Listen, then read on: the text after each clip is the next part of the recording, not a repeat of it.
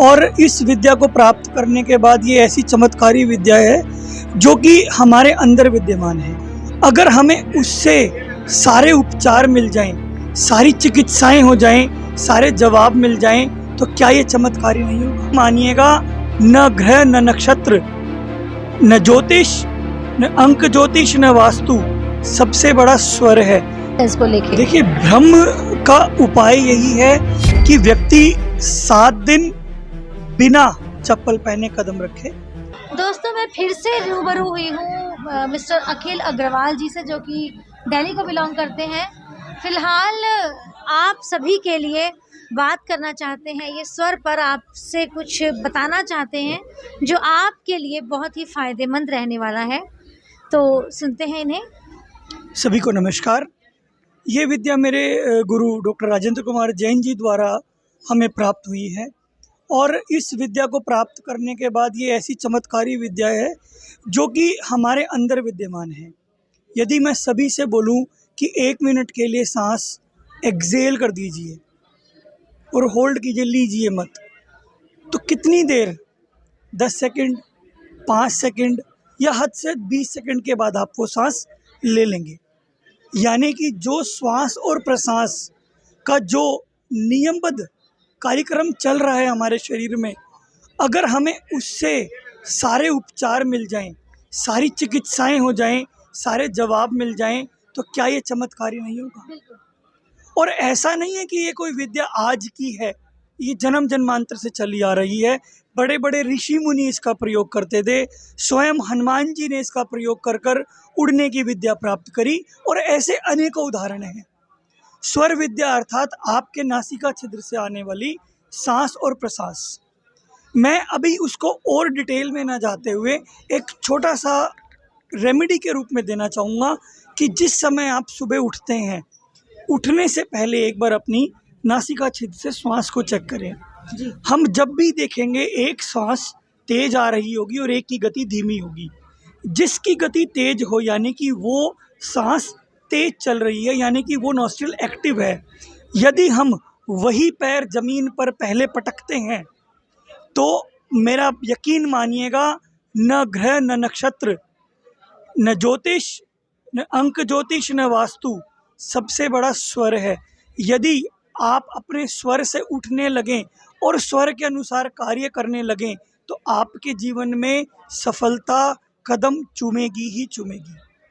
कारण अब लॉजिक, हर बात पे लॉजिक पूछते हैं, तो इसका एक छोटा सा लॉजिक है। आप मुझे एक चीज़ बताइए, आपकी घर में लाइट कब आएगी? जब करंट होगा। अगर ट्रांसफार्मर से करंट ही नहीं आए और ट्रांसफार्मर से करंट आ गया लेकिन आपकी मेन लाइन ट्रांसफार्मर से नहीं जुड़ी, तो शायद आपके घर में लाइट नहीं आएगी। उसी प्रकार जो नॉस्ट्रल आपकी चल रही है, इसका मतलब वो शरीर का भाग आपका एक्टिव है। यदि आप उसी भाग के पैर को जमीन पर पटकेंगे तो आप एक करंट की बॉडी से अर्थिंग लेंगे। जब करंट की बॉडी से अर्थिंग लेंगे तो वो करंट फ्लो होगा। यदि आप डेड पार्ट से पैर रखेंगे तो आपको अर्थिंग नहीं मिलेगी, तो जो भी काम आपने सोचे थे वो काम नहीं बनेंगे। सर, एक चीज़, बहुत से लोगों का कहना है कि स्लीपर्स को सुबह उठे तो स्लीपर्स पहन के ज़मीन को डायरेक्ट टच मत करो। आपका क्या कहना है कि स्लीपर्स पहन, मतलब डायरेक्ट उठते ही हमें अपने नंगे पाँव ज़मीन पर रखने चाहिए या स्लीपर के साथ ही? मतलब ये एक भ्रम है, लोगों में बहुत क्वेश्चंस हैं इसको लेके। देखिए, भ्रम का उपाय यही है कि व्यक्ति 7 दिन बिना चप्पल पहने कदम रखे और अपने दिन की शुरुआत करे। 7 दिन सीधा चप्पल पे पैर रखे और शुरुआत करें। अब बात करते हैं, मतलब अल्टरनेटिवली किया जाए। चप्पल क्या है? चप्पल प्लास्टिक की होगी, रबड़ की होगी। लेदर की चप्पल बहुत रेयरली होती है। प्लास्टिक और रबड़ क्या है? बैड कंडक्टर है।